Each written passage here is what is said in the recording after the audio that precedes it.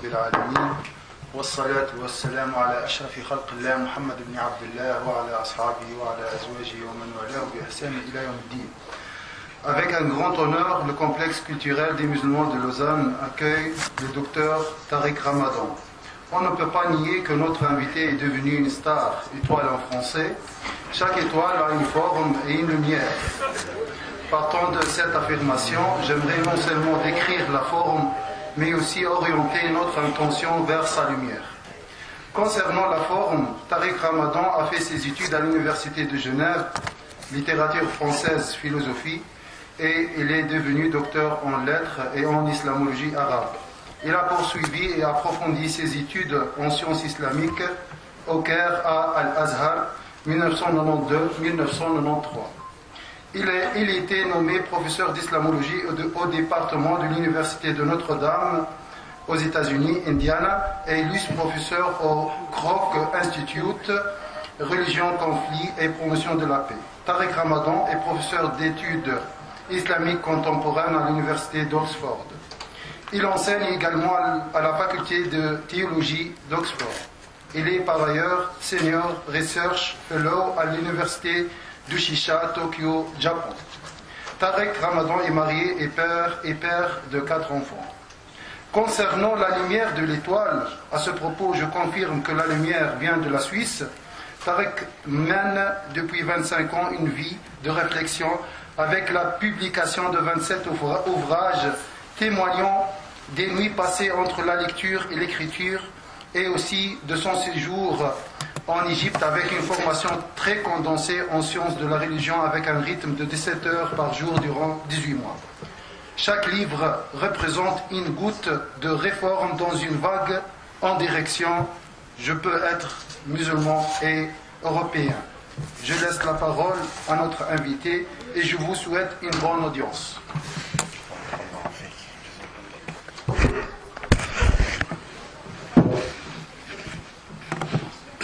أعوذ بالله السميع العليم من الشيطان الرجيم بسم الله الرحمن الرحيم والصلاة والسلام على أشرف المرسلين سيدنا محمد وعلى آله وصحبه أجمعين ونعوذ بالله من شرور أنفسنا ومن سيئات أعمالنا من يهد الله فهو المهتد ومن يضلل فلن تجد له وليا مرشدا ونشهد أن لا إله إلا الله وحده لا شريك له ونشهد أن محمدا عبده ورسوله أيها الإخوة أيتها الأخوات أحييكم بتحية الإسلام تحية من عند الله مباركة طيبة Assalamu alaikum wa rahmatullahi wa barakatuh. D'abord, c'est avec un plaisir particulier que je reviens ici en Suisse et ici à Lausanne. Je suis très très impressionné par les lieux que j'ai pu visiter et ce qui a été l'engagement communautaire, l'engagement d'ailleurs qui vous est aussi dû en grande partie. Donc, jazakumullah anna kulli khair pour votre engagement et le fait que nous participions avec des lieux comme celui-ci à ce que j'appelle de mes voeux depuis longtemps, à savoir l'institutionnalisation de la présence musulmane en Occident, et avoir des centres culturels, des lieux de formation, des lieux de prière participent de cette institutionnalisation-là, et tout cela est très bienvenu. Qu'Allah subhanahu wa ta'ala protège votre travail, guide votre lumière et permette, Inch'Allah, que vous réalisiez vos objectifs ici à Lausanne et en Suisse romande comme en Suisse plus généralement. Le sujet d'aujourd'hui, c'est un sujet qui est particulièrement difficile et qui est en fait l'expression d'un certain nombre de thèses fondamentales qu'on trouve dans le livre qui est ici, L'Islam, la réforme radicale, éthique et libération, qui vient à la suite d'une réflexion assez approfondie. Alors vous savez, souvent dans la communauté musulmane, la crédibilité vient de la formation affichée. Je n'ai jamais voulu, pour ce qui me concerne, afficher quoi que ce soit de cette nature-là, mais vient un moment donné, quand les frères et les sœurs vous jugent sur ce qu'ils ne savent pas, il faut renvoyer les gens à la vérification des informations qu'ils peuvent avoir. Quand j'ai décidé de partir en Égypte pour faire cette formation, j'avais dans le but, uniquement le but, non pas d'obtenir des diplômes, mais d'acquérir de la connaissance. Et donc, en l'occurrence, je me suis concentré sur cette discipline en relation intensive avec des chouyours qui étaient spécialisés dans le domaine, des gens qui étaient reconnus d'El Azhar et qui étaient des sommités, jusqu'à celui qui aujourd'hui est encore le Mufti d'Égypte, Cheikh Ali Gomra, qui a été quelqu'un avec lequel j'ai travaillé, et c'était le but. Vous connaissez les formations traditionnelles de l'Ijazat, c'est-à-dire que vous suivez la formation d'un savant et qu'il vous donne à la fin la permission de l'enseignement à partir du moment où vous avez acquis ce savoir-là. Et ce que j'avais fait, je l'ai fait en 7 disciplines. Et ce qui m'avait beaucoup intéressé, les 7 disciplines, c'est-à-dire les ulum al-Qur'an, ulum al-Hadith, al-Fiqh, usul al-Din, et jusqu'à Alfiyat ibn Malik, c'était des choses sur lesquelles la formation classique de la connaissance musulmane, de ce qui va faire que vous devenez diplômé de l'Azhar ou un cher. C'était ça que je voulais en termes de substance, pas en termes de formation. Le reste ne m'intéressait pas, je voulais la substance. Et puis l'ijaza était quelque chose d'important parce que c'est l'acquisition d'un moment de la connaissance qui dit qu'à partir de là, vous pouvez avoir une autonomie de la réflexion. Et ce qui a été important pour moi, c'est que quand j'étais en Égypte, j'avais fait quelque chose qui a été déterminant aussi à partir de ma formation. Vous m'entendez bien au fond? Alhamdoulilah. J'avais fait quelque chose qui était important, c'est qu'avec un des savants, qui était un spécialiste du fiqh, je lui avais dit, ce que je veux faire en plus de la formation stricte et classique, je veux que nous abordions ensemble des sujets sur lesquels il y a divergence entre les savants. Et on en a sorti 60 cas de divergence qui sont du plus simple, c'est-à-dire quand est-ce que la prière est acceptée ou n'est pas acceptée. Vous savez que pour certains, il faut dire la Fatiha quand vous êtes derrière l'imam, pour d'autres, enfin des choses comme ça qui vont jusqu'aux choses les plus complexes. Pourquoi? Parce que dans le fiqh, et là je reviendrai aussi sur la façon dont nous avons à traduire les choses en français, le même texte a produit, au-delà de usul, des principes fondamentaux, une diversité d'interprétations sur les furu', sur les choses secondaires. Et donc, ce qui était intéressant, c'est comment pouvons-nous comprendre que des savants s'arrêtant sur un même texte puissent avoir des interprétations différenciées. Comment ça se passe? Comment les niveaux d'interprétation? Alors, comme vous le savez, ça peut être sur la sémantique, c'est-à-dire ce que les mots veulent dire, sur le contexte le contexte de la révélation, voire l'authenticité du hadith, puisque vous savez que chez les Hanafi par exemple, vous avez une catégorisation du wajib et du fard qui est différente des autres écoles, donc ils ont chacun déterminé des méthodologies. Et ça m'a amené à questionner une chose en disant, dès le départ, dans la tradition musulmane, c'est consubstantiel à la tradition légale musulmane. C'est-à-dire c'est intrinsèque, c'est son être même. Les savants ont admis l'accord sur les usul et l'acceptation de la diversité sur les furu'. C'est-à-dire sur les choses secondaires, ils étaient tout de suite d'accord qu'il y avait des différences d'interprétation. Ils l'ont accepté tout de suite, raison pour laquelle dans les 200 premières années de l'islam, on a eu jusqu'à 30 écoles juridiques différentes. Pas 4 comme maintenant ou 5 si on prend les haïdites dans la tradition yéménite qui sont proches des sunnites. Dans la tradition sunnite, il y en avait jusqu'à 18.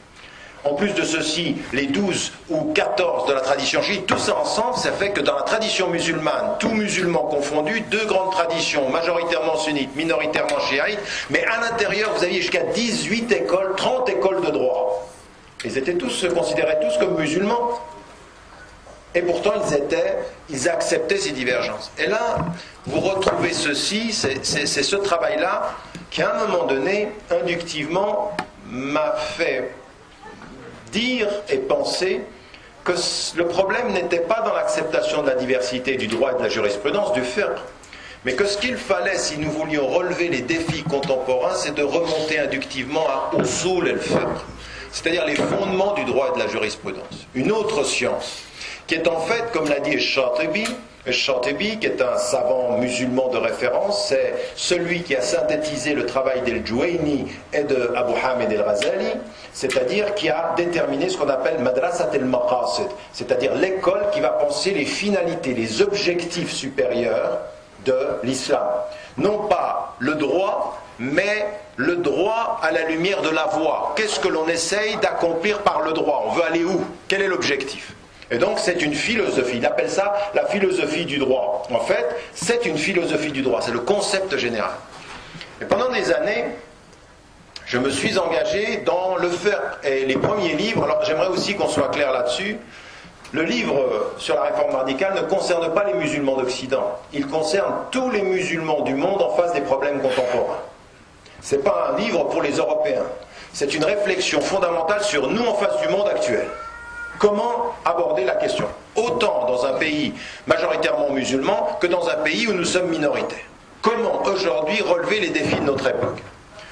Et pendant des années, je me suis concentré sur le fiqh, parce que ça a été un long moment de ma formation, et comme je vous le dis, je travaillais sur les textes, c'était très très pointu, avec le cheikh Al-Aqabawi en Égypte, et on était très pointu sur ces questions-là. Et à un moment donné, si vous regardez sur les 27 ouvrages, dans toute la série des ouvrages qui s'appuient sur la tradition musulmane, j'ai deux séries d'ouvrages. Une série d'ouvrages qui concerne les musulmans dans les sociétés majoritairement musulmanes, comme par exemple l'ouvrage Le face-à-face des civilisations, mais qui parle de la réalité dans les sociétés musulmanes, en disant quelles sont les étapes sur lesquelles nous devons travailler dans le fiqh, c'est-à-dire le droit à la jurisprudence, pour relever la question sociale, pour relever la question économique, pour relever la question politique et pour relever la question culturelle. Ça, c'était dans les sociétés majoritairement musulmanes. Et puis des réflexions dans les ouvrages qui ont été des ouvrages de dialogue avec un certain nombre d'interlocuteurs. Il y a une série d'ouvrages sur notre situation en Occident, les musulmans d'Occident, être un musulman européen, puis les musulmans d'Occident et l'avenir de l'islam. Et puis ce texte-là, il est transversal, il concerne les deux horizons.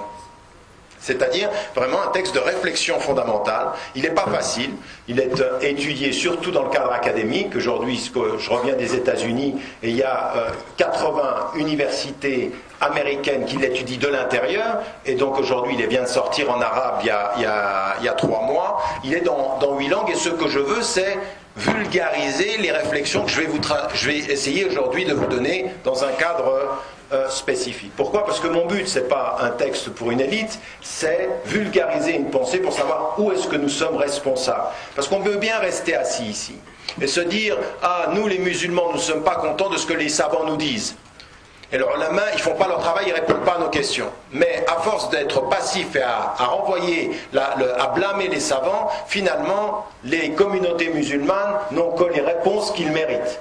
À force d'avoir des questions et des réponses, des questions simplistes, simplificatrices, on va avoir des réponses à la mesure de nos questions. Nous sommes responsables de l'autorité que nous déléguons. Si en islam il n'y a pas d'église, c'est justement parce que la communauté est responsable de ses représentants et qu'on ne peut pas se cacher derrière les représentants en disant c'est pas de notre faute, c'est de la leur. Nous sommes responsables de la délégation d'autorité.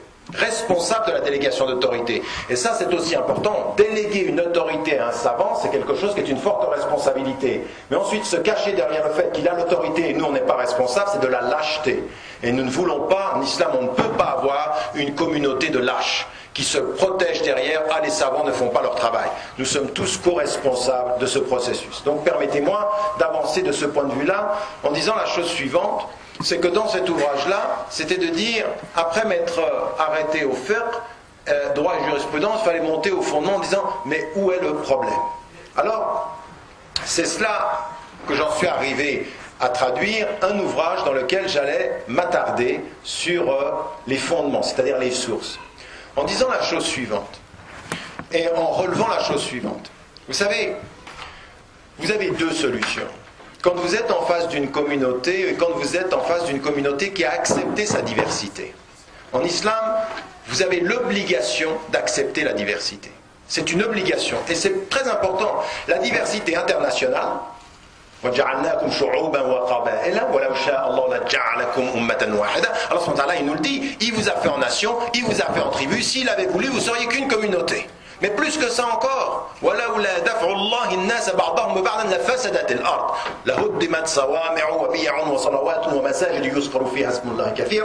ça on le sait, c'est-à-dire c'est des choses fondamentales. Allah a voulu la diversité externe, internationale et interne.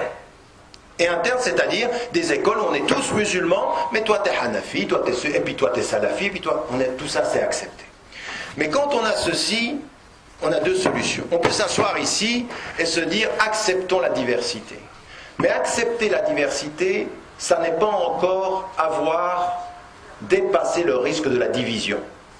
Une diversité maîtrisée, c'est une unité dans le pluriel. une diversité pas maîtrisée, c'est la division. Raison pour laquelle, partout où vous allez dans le monde musulman, partout où vous allez dans une communauté, vous asseyez comme maintenant et vous demandez à la communauté